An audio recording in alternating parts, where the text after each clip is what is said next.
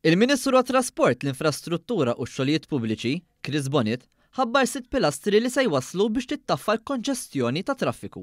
Il-Ministru Bonnet spjega kif is-sett ta' proposti mħabbra għaddew minn sensiela ta' konsultazzjonijiet ma' bost esperti, għaqdiet, ġurnalisti u mill-pubbliku biex bekk jiġu żgurati proposti tanġibli li se jħallu l-frott. Dawn il-konsultazzjonijiet ilhom għaddejjin diversi snin sabiex finalment jinħoloq dan il-pjan holistiku ewlieni. L-ewwel pilastru se jindirizza l-ekonomija ta' 24 siegħa fejn ġie propost li s-servizzi pubbliċi bħal ġbir tal-iskart u l-indafa fit-toroq u s-servizzi privati jsiru fl-off-peak hours, jiġifieri lil mis-6 u d-9 ta' filgħodu u l-4 u s-7 ta' filgħaxija fost il-ġimgħa u bejn id-9 u nofsinhar nhar ta' Sibt. Proposta oħra taħt dan il-pilastru tinkludi studju dwar is-servizz tal-merkanzija għal Għawdex mill-Freeport, Kordin u l-Belt Valletta, ħaġa li se tara tnaqqis ta' madwar 47 miljun kilogrammi f'emissjoni tal-karbonju tad-diossidu mill-arja tagħna.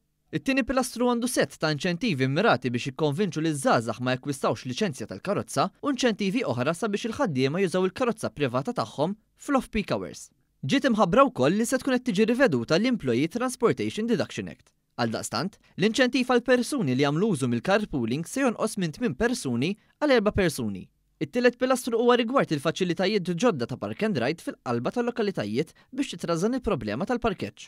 Il-Ministru semma kif dan ir-rigward u f'qasam diġitali se tkun qed tinħareġ espressjoni ta' interess għal dawk li għandhom kwalunkwe soluzzjoni diġitali ta' kif tista' tittaffa l-problema tal-parkeġġ.